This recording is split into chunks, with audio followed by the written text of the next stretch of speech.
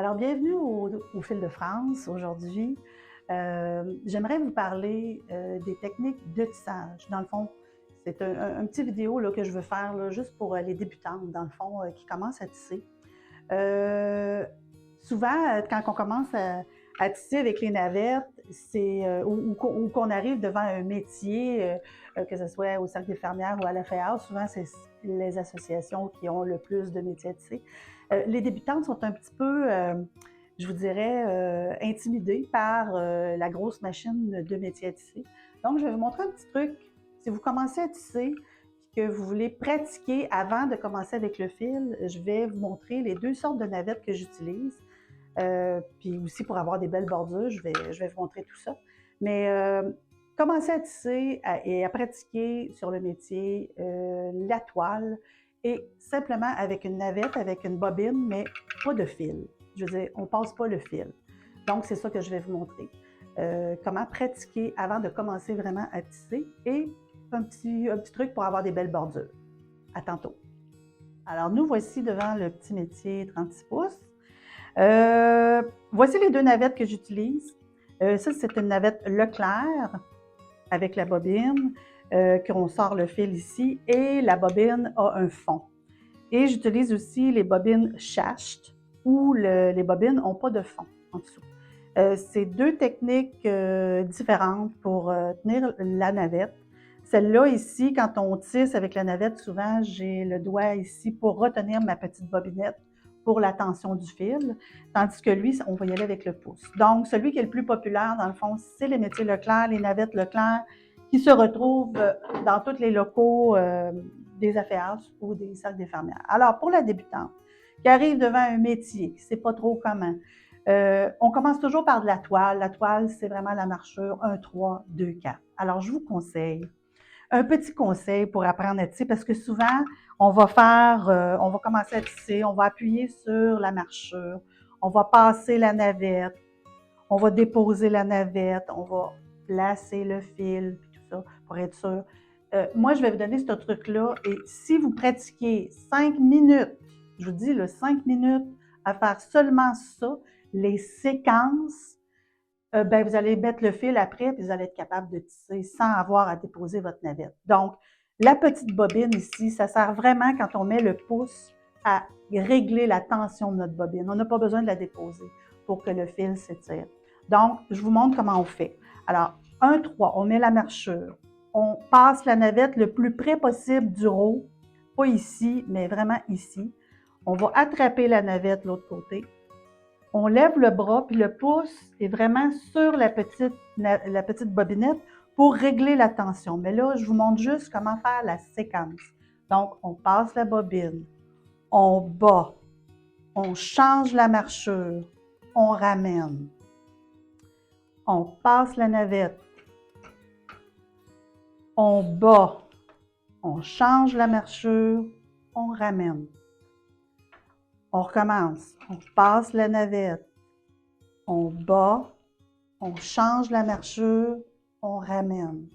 Donc, en pratiquant la séquence comme ça, sans mettre le fil, juste pour attraper la navette, puis avoir l'impression de... Souvent, quand on pratique une séquence, bien, ça y va tout seul après parce qu'on va l'avoir pratiqué avant. On n'a pas besoin vraiment de toucher au fil.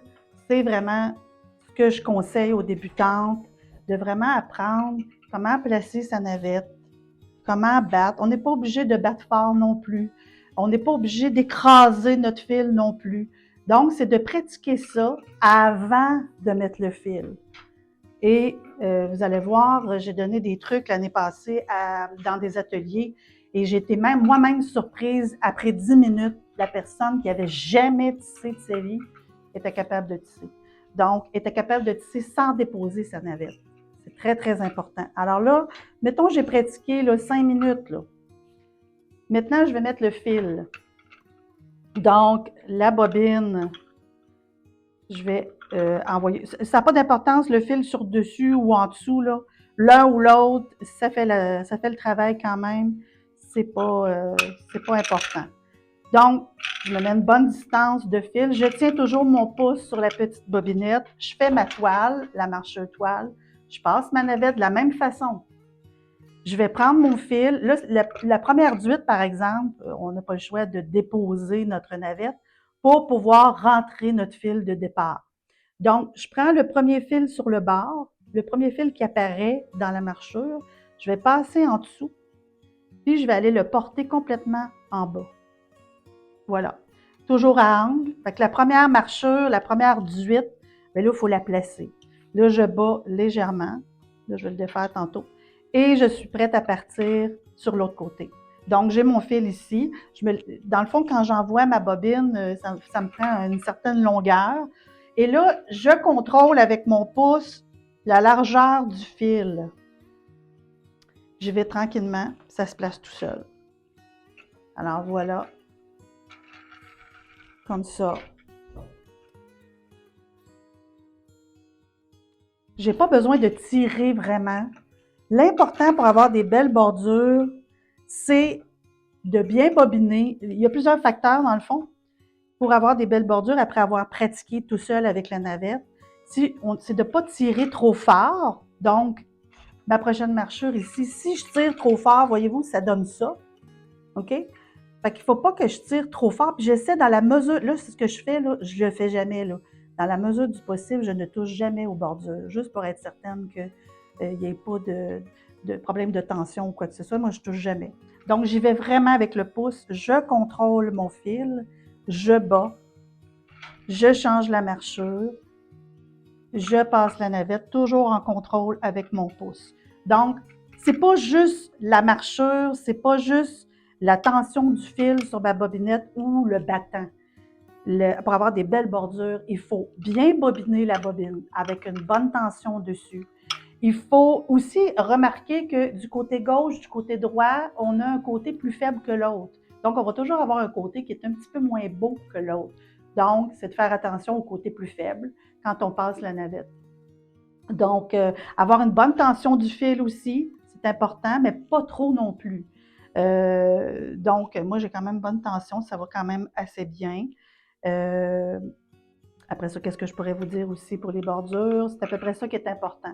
Avoir un bon contrôle avec notre navette.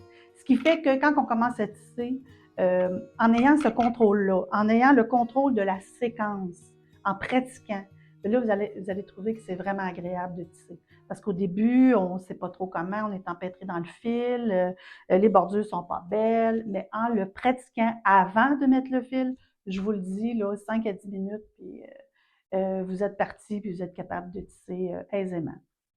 Donc, voilà pour la petite capsule, pour la petite technique de tissage. Alors, si vous avez aimé, continuez à regarder les prochaines capsules, ben, ça sera pour d'autres techniques. Donc, voilà. À la prochaine!